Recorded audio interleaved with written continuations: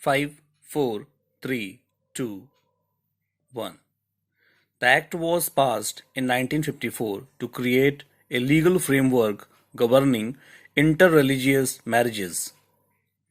It formalizes the marriage of a couple through registration and without any religious formalities. Unlike the laws which govern religious marriages, the Act requires couples to fulfill a number of procedural obligations in order to register their marriage. This includes the requirement that the couple must publish their private details so that anybody can file an objection to their marriage within 30 days of such publication. The marriage officer also has the power to inquire into these objections. In 2012, the Law of Commission of India submitted its 242nd report on the prevention of interference with the freedom of matrimonial alliance. The report looked into honor killings which had resulted from intercaste religious marriages. One of its recommendations was that the registration process under the Act was simplified and expedited, and it is submitted a draft bill in this regard. However, this was not taken up for discussion in Parliament.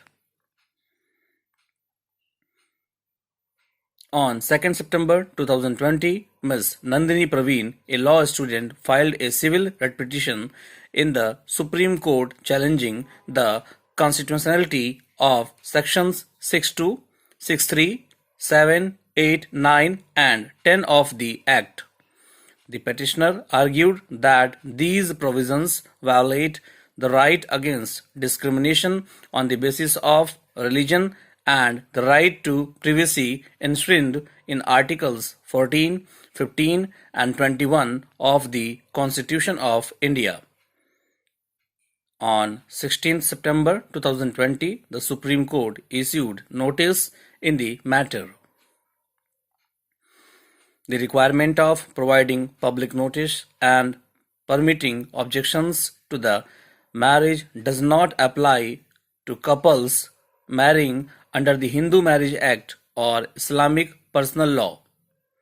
This violates the right to equality and against discrimination on the basis of religion under Articles 14 and 15. Further, these provisions open the private information of individuals to scrutiny and impedes their right to control access to such information. This violates the right to privacy, which has been recognized as an integral part of the right to life and liberty under Article 21. If the couple does not permanently reside in the local limits of the district of the marriage officer, the notice must be sent to the marriage officer of the district in which they permanently reside so that such officer can make the notice public. Any person can object to the marriage within 30 days of the notice becoming public.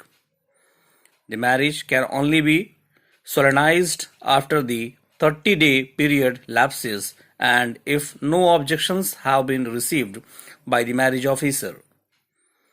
The marriage officer must inquire into any objections received to the marriage under S7. The officer can uphold the objection and refuse to solemnize the marriage.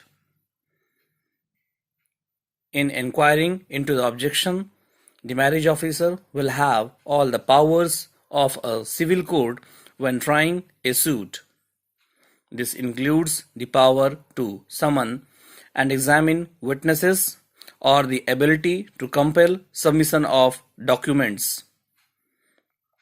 If the marriage officer in the state of Jammu and Kashmir receives any objection to a marriage in the state and has a doubt As to the objection, the officer must transfer the inquiry to the central government and then act in conformity with its decision.